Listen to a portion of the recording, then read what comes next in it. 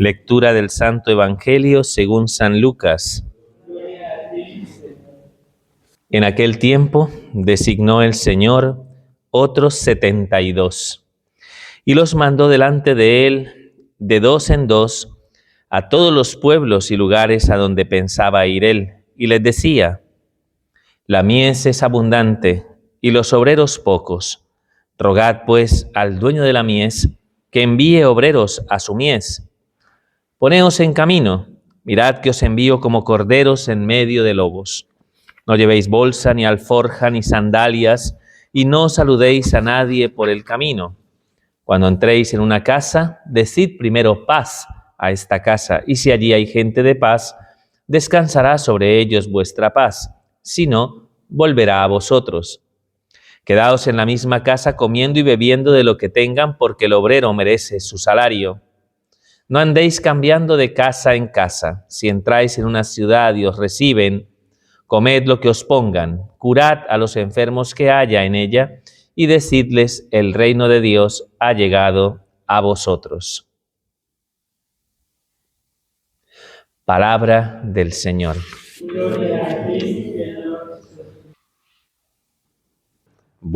Buenas tardes. Bueno, vamos a dejar a un lado la reflexión que venimos haciendo a lo largo de todos estos días del libro del Génesis para poder realizar esta celebración del día de hoy, la celebración de los santos Cirilo y Metodio, que los celebramos y especialmente los consideramos por su patronazgo de lo que es, digamos, lo que consideramos lo que es la Europa, ¿no? Dentro de su matriz cultural cristiana, ¿no? Cómo es que en algún determinado momento esta Europa se confeccionó, cómo se desarrolló como cultura, ¿de acuerdo? Lo importante que es comprender que en la base y en el fundamento de ese crecimiento y esa maduración, ¿no?, de estos pueblos había una matriz cultural cristiana extraordinaria, ¿no? ¿Y quiénes fueron los causantes? ¿Quiénes fueron los que en algún momento hicieron posible que la fe cristiana se arraigara de tal manera en esta tierra? Y qué buena falta le hace, se ha dicho. ¿De acuerdo? Pues hoy consideramos el papel protagónico de estos hermanos, Cirilo y Metodio, que predicaron y anunciaron la fe, lo que podríamos decir, en la Europa más oriental. ¿De acuerdo? Estos territorios que hemos mencionado al inicio de esta celebración eucarística. ¿De acuerdo? Bulgaria, los Balcanes, República Checa, en fin, ¿no? Esta zona más oriental de Europa, ¿no?, cerca del Mar Negro, ¿no?, pues etcétera. Estos lugares fueron los que tuvieron la oportunidad de ver el desempeño y el desarrollo apostólico, pues, de estos hermanos. ¿De acuerdo? Muy bien.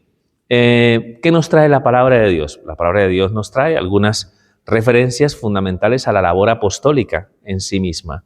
En la primera lectura, tomada del capítulo 13 del libro de los Hechos de los Apóstoles, nos recuerda una situación que viven Pablo y Bernabé en el primer viaje apostólico. ¿No es así, Sara? Así es.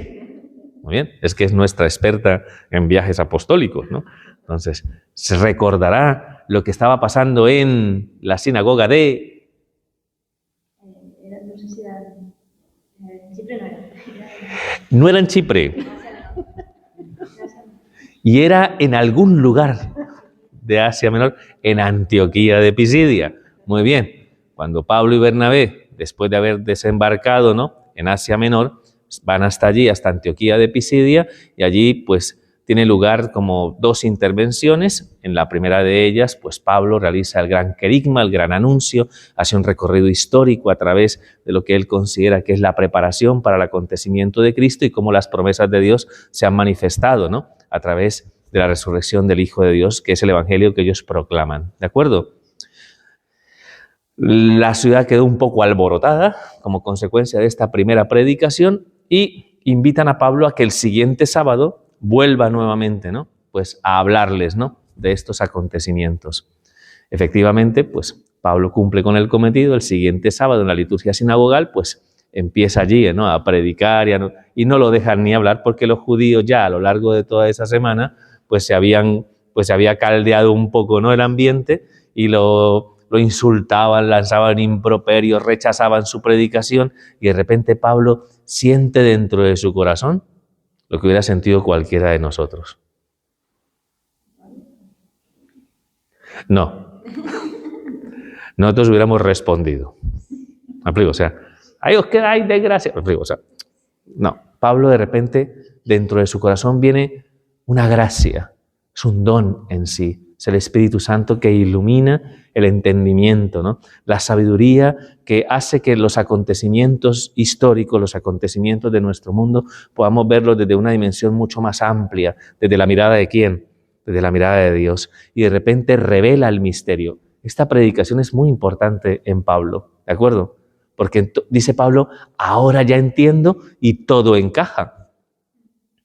Se está dando esta situación de resistencia, el pueblo judío, ¿no? Está cerrando y endureciendo su corazón. Ahora entiendo por qué el Señor me dijo, haré de ti, ¿no? Haré de ti y de tu palabra, de tu predicación, un mensaje de salvación para el pueblo gentil. Muy probablemente Pablo al principio, cuando escuchó esto, ¿no? En medio de su conversión, en medio de su propia experiencia de purificación interior, jamás había entendido plenamente qué era lo que le había dicho el Señor. Pero aquí queda claro y de manifiesto. Porque ¿qué pasaba? Mientras los judíos endurecían su corazón, ¿qué pasaba con los gentiles? Abrían su corazón, escuchaban la palabra, aceptaban el anuncio de la salvación manifestado en Cristo y en ellos se manifestaban los signos que se habían manifestado en Jerusalén, en aquellos judíos que habían abrazado la fe. De repente se da cuenta que los gentiles también son depositarios de la buena nueva de la salvación. Y eso es algo maravilloso, ¿no? Dicen, y todos los gentiles se llenaron de alegría con las palabras de Pablo. Era necesario que al predicar esta palabra, vosotros judíos os cerrarais de corazón para que de alguna manera se manifestara ese proyecto de Dios, ese gran misterio que Dios ha querido también otorgar a todos los hijos de Dios, los no judíos, ¿no? Pues todo cuanto de algún modo, ¿no? Pues nosotros hoy en día pues ya asociamos a eso que denominamos la catolicidad o la universalidad de la salvación. ¿De acuerdo? Hoy nos parece todo muy claro, ¿no? Que todos los hijos de Dios están llamados a salvarse a través de la fe en Cristo Jesús. Pero en aquel momento era una novedad, no. Lo siguiente, era algo impensable dentro del contexto del pueblo judío. Y que Pablo, siendo un judío piadoso, educado en una escuela farisaica, ¿no? Con una arraigada tradición judía, lo pueda ver, eso no es fruto del entendimiento. Eso es fruto del Espíritu, de la sabiduría de Dios, que ilumina su mente para que haga una reinterpretación de los acontecimientos en clave teológica. ¿De acuerdo? En clave teológica. Porque, evidentemente, si fuéramos nosotros, no quiero decir a quién me imagino yo con el rechazo de los judíos, ¿qué hubiera hecho? ¿Me explico? Humanamente, uno podría pensar ante esa situación, pues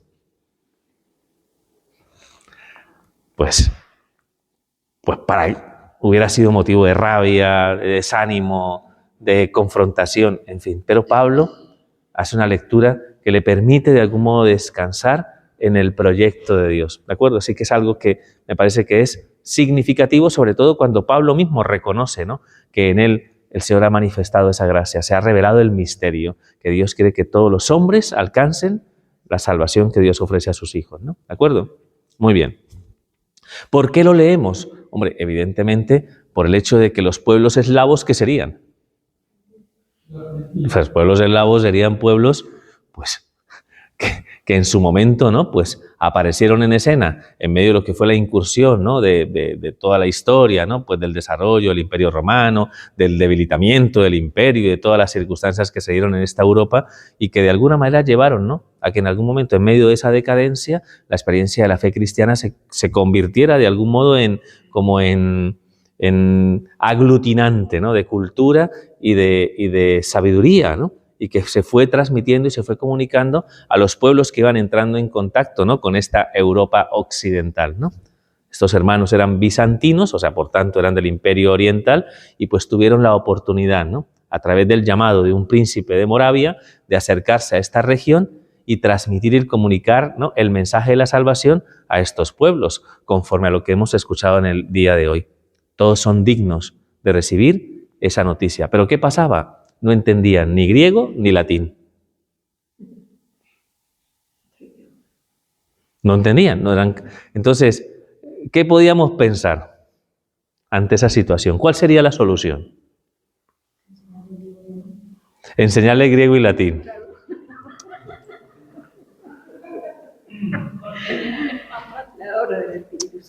¿Hasta cuándo estaré con vosotros? Decía el Señor. ¿Hasta cuándo estaré con vosotros? Que aprendan griego y latín. No. De repente, Cirilo y Metodio entienden que ante la súplica de este príncipe de Moravia de que se les comunicara el Evangelio y ante la incapacidad que tenían, ¿no?, de poder, ¿no?, entenderlo, entonces lo que hacen Cirilo y Metodio es que crean un alfabeto, ¿no?, con la, más o menos, ¿no?, con la información que tenían de estas culturas para, a través de ese alfabeto, traducir las Sagradas Escrituras a un lenguaje accesible para ellos, para que ellos pudieran en algún momento, ¿no?, pues acoger esa palabra y, por tanto, pues abrir su corazón a la fe. ¿Ah? También se podía eso, pero claro. Claro que se podía, en un ejercicio evidentemente de gran condescendencia y de acercamiento a la cultura. Eso es lo que llamamos una inculturación propiamente dicha, ¿no? Como de algún modo, ¿no?, a través, ¿no?, de las verdades fundamentales de nuestra fe y partiendo de las circunstancias, que aquí podríamos llamar que eran circunstancias, llamémoslos paleolingüísticas, ¿no? Lo que tenían estos pueblos, de repente ellos son capaces, ¿no?, de ayudarles a que puedan de algún modo recibir y escuchar la palabra y entenderla en su propia lengua. Eso es extraordinario. Gracias a ese esfuerzo es que hoy honramos, ¿no?, la memoria de estos dos grandes santos y sobre todo, ¿no?, la consolidación de lo que fue ya posteriormente y cuando se madura, ¿no?, el desarrollo de esta lengua, el lenguaje que se denomina cirílico y que todavía de alguna manera pues hace parte de algunas, ¿no?, de las escrituras de estos pueblos de origen eslavo, ¿no? ¿De acuerdo? ¿Vale? El lenguaje cirílico, bueno, pues por San Cirilo, evidentemente, y su hermano Metodio. ¿Queda claro? Muy bien, pues una maravilla, ¿no?, que podamos decir que ninguna persona debe ser privada, ¿no?, de acoger y escuchar la palabra, aunque eso implique para nosotros un ejercicio de condescendencia y de acercamiento a su cultura. O que aprendan latín. También, ¿no? ¿Qué podría ser? Me da trabajo. ¿Será posible? En fin, bueno. El evangelio que hemos escuchado en este día es un evangelio también, ¿no?, de corte apostólico, el Señor que envía, ¿no?, a otros 72. Sabéis que esto es siempre, cuando aparece un número en la Biblia, siempre tiene un sentido. O sea, hay una referencia, ¿no? Acordaos de eso. Siempre que aparece un número tiene un sentido en la Biblia. No es porque sí, casualidad, azar, no, tiene un sentido bíblico profundo, asociado, ¿no?, a la antigua alianza, cuando el Espíritu del Señor vino sobre 72 ancianos, que fueron los encargados, ¿no?, de ayudar a Moisés en la puesta en práctica, ¿no?, vamos a decirlo así, de la ley que se sella en el monte Sinaí. ¿De acuerdo? O sea, debemos pensar, claro, envía a otros 72 esta vez, ¿no?, con el anuncio de la buena nueva, de la llegada del reino, ¿no? Y pues dentro de la consideración de este envío, ¿no?, pues eso es lo que significa estos 72 que el Señor envía, que los envía de dos en dos. Hoy ¿de quién estamos hablando? Pues de dos hermanos que, hombre, pues ahí encontramos, ¿no?, la connotación de por qué este evangelio precisamente aquí tiene mucho más valor, porque evidentemente ir de dos en dos siempre plantea, en primer lugar, pues digamos, purificar un cierto individualismo en sí y por otra parte, ser conscientes que cuando van dos, evidentemente, pues cuando uno decae, el otro apoya, ¿no? Es una forma, ¿no?, en algún determinado momento, ¿no?, pues de plantear pues un ejercicio, ¿no?, de acompañamiento y de fortalecimiento en el caso, ¿no?, de que en algún momento hayan situaciones que lleven a que en algún momento pues haya esa especie de sensación de ayuda o de fortalecimiento, ¿no? O sea, es interesante eso, ir de dos en dos. Está muy bien, ¿de acuerdo? Muy bien, pues eso, los manda, dice, os mando como corderos en medio de lobos. Esto es, madre mía, ¿cómo se le ocurre al Señor enviar a un grupo de corderitos en medio de lobos? Ah, ¿eso es posible? Sí es posible. ¿Bajo qué premisa? ¿Cómo puede un cordero sobrevivir en medio de lobos? Porque el pastor está presente. No van ellos por sí mismos, con su propio esfuerzo, sino van de alguna manera, ¿no? Vamos a decirlo, confirmados por una gracia, como si el mismo Señor fuera con ellos. Es lo que permite que ellos puedan asentar la seguridad de no, digamos, de no experimentar miedo ante los peligros, ante todo aquello, porque claro, un cordero se va a un lugar donde hay lobos y ¿cómo iría? Temblando. Iría ahí tembloroso, ¿no? No, tembloroso no, ya sabría que se lo van a comer. Va con miedo, pero sí, de ese cordero tiene la certeza de que su pastor está con él, va tranquilo, su pastor le protege, ¿de acuerdo? Es la única seguridad a la que se aferra fundamentalmente esta palabra. La presencia del pastor eterno de las almas. La confirmación de una gracia que es la que sostiene esa labor apostólica. Por eso les dice a continuación, dice pues, los manda, ¿no? Pues sin alforja, sin dinero, no saludéis a nadie por el camino. Qué mal educado el Señor, que no quiere que uno salude a nadie, ¿no? ¿Me explico? No es una cuestión de saludar, que yo creo que es muy saludable, en mi opinión, que es verdad que creo que de urbanidad, que nos saludemos. Buenos días, buenas tardes. Normalmente eso está muy bien. No creo, es el hecho de que el saludar a otras personas nos lleve a aferrarnos a las personas. ¿Me explico? A tener, como vamos a decirlo así, como apegos en este mundo, incluso afectivos. No apegarnos al dinero, no apegarnos, ¿no?, al por si acaso, ¿no? Cuando tengáis que hacer un viaje, no sé, vamos a preparar la maleta. Por si acaso, por si acaso, por si acaso, por si acaso. O sea, vas a pasear eso por todos lados, ¿no? ¿Me explico? Sammy se ríe, ¿verdad? Eso pasa mucho, ¿no? Que uno a veces saca a pasear cosas por si acaso, ¿no? Entonces, id desprendidos. La única seguridad a la que quiere el Señor que os aferréis es a Él mismo, para llevar a cabo el cumplimiento de esa tarea, del anuncio de la palabra. Cuando lleguéis a una casa, decid paz a esta casa. Y si no hay gente de paz, que aprendan latín. ¿De acuerdo? A ver si se enteran. Si allí hay gente de paz, descansará vuestra paz. Si no, volverá a vosotros. No nos hace dependientes de la respuesta. Porque a veces uno se desespera en la labor apostólica. Uno quiere que se produzcan frutos. ¿Quién inicia esta labor? El Señor. ¿Quién la sostiene? El Señor. ¿Quién ofrece la seguridad? El Señor. ¿Quién le da eficacia? El Señor. A su tiempo y en su momento. Tú no te tienes que preocupar, no te tienes que angustiar, no tienes que entrar en una dinámica de confrontación. Siembras y ya dejas que el Señor haga lo que tiene que hacer. ¿De acuerdo? El apóstol, a quien que recibe el encargo, ¿no?, de anunciar la palabra, al final no se predica a sí mismo. ¿Me explico? Ni pone de alguna manera su confianza en sí mismo. Simplemente deja que el Señor haga lo que tiene que hacer en el corazón de cada uno de sus hijos. Así que no hay que de alguna manera ahí, digamos, como desesperarse. Y además, el obrero merece su salario. Promete el auxilio de su providencia, incluso. ¿Me explico? ¿Y qué vamos a comer? No te preocupes, no te preocupes. Cuando estáis en una casa, y si os reciben y os dan de comer, comed lo que os pongan en la mesa, sanad a los enfermos que hay y decid, el reino de Dios está cerca de vosotros. Una labor extraordinaria que depende fundamentalmente, según lo que hemos leído en el escrito, de un ejercicio de desprendimiento de nosotros mismos. ¿De acuerdo? Por eso es importante no atarse a algo que te impida en algún momento llevar a cabo el cumplimiento de esa tarea, ¿no? ¿De acuerdo?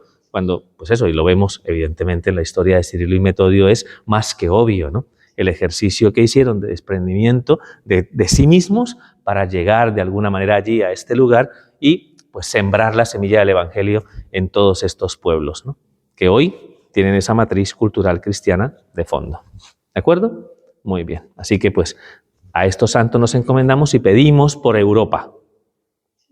Por Europa. Dijo Atanasio, la que Trump quiere dejar por fuera. Bueno.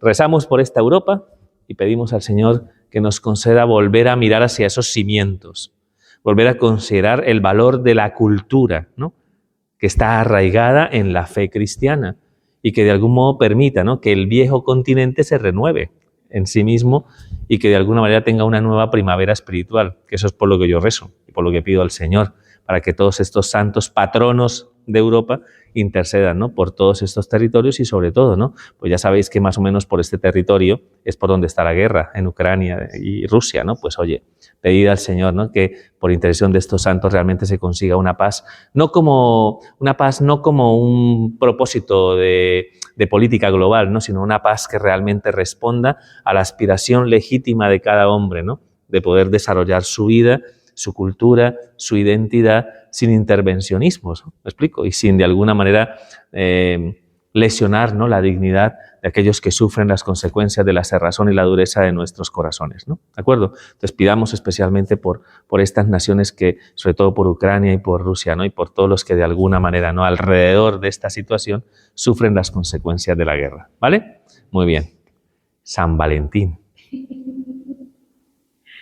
¿Qué ha hecho posible, ¿no?, que se celebre esta fiesta? Bueno, honestamente pienso que más allá del recurso de San Valentín, es la forma de decir, bueno, ya nos estamos recuperando, ¿no?, de todos los gastos de diciembre, ¿no? Entonces, ya como que sacas un poquito la cabeza y otra vez.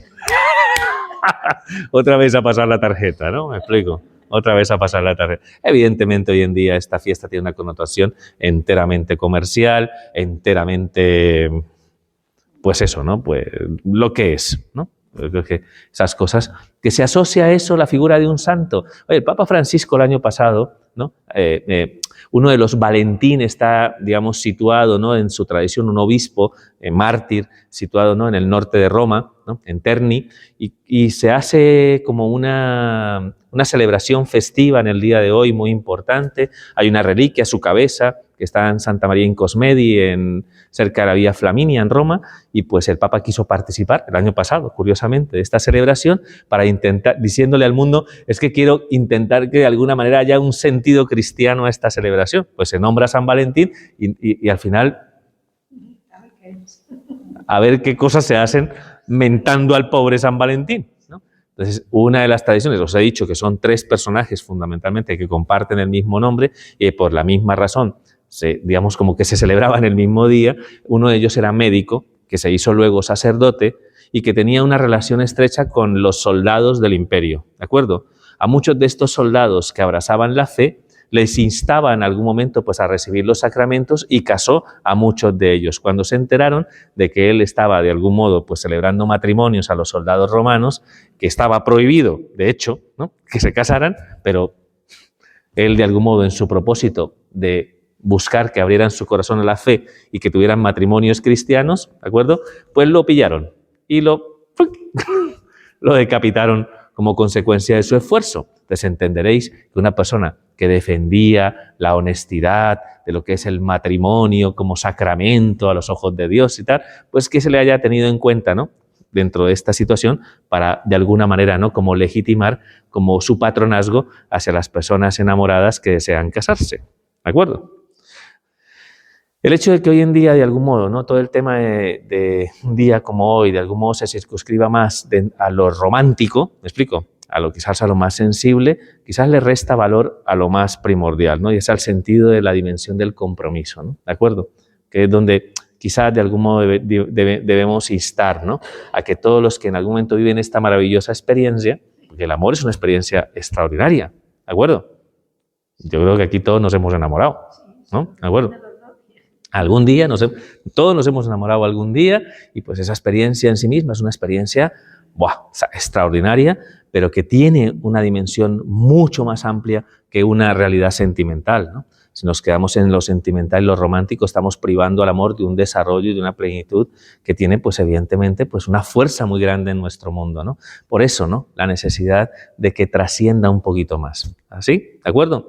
Así que ánimo, pues me imagino que Javi va preparado, ¿no?, pues una cena romántica con velas. Lo vi comprando vino en Toñi, prepárate. Madre mía, por Dios, ¿no? Lo que te tienen preparado hoy, ¿no? Así que... ¿Ah?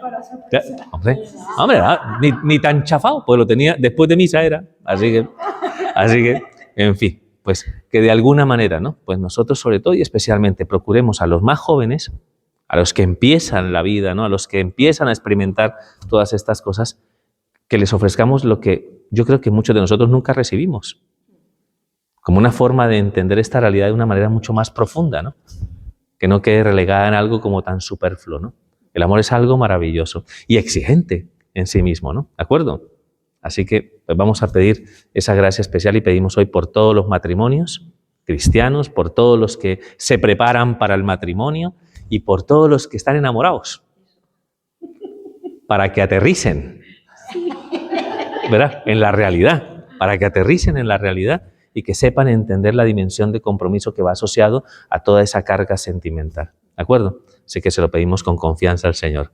Cristóbal estará pensando, no me irá a decir nada a mí, que es el otro enamorado de aquí, ¿no? En fin. Bueno. Algo de la huerta te cae hoy, ¿eh, Marilore? Así que mucho ánimo. Bueno, continuamos la celebración de la Eucaristía. Gloria al Padre, al Hijo y al Espíritu Santo.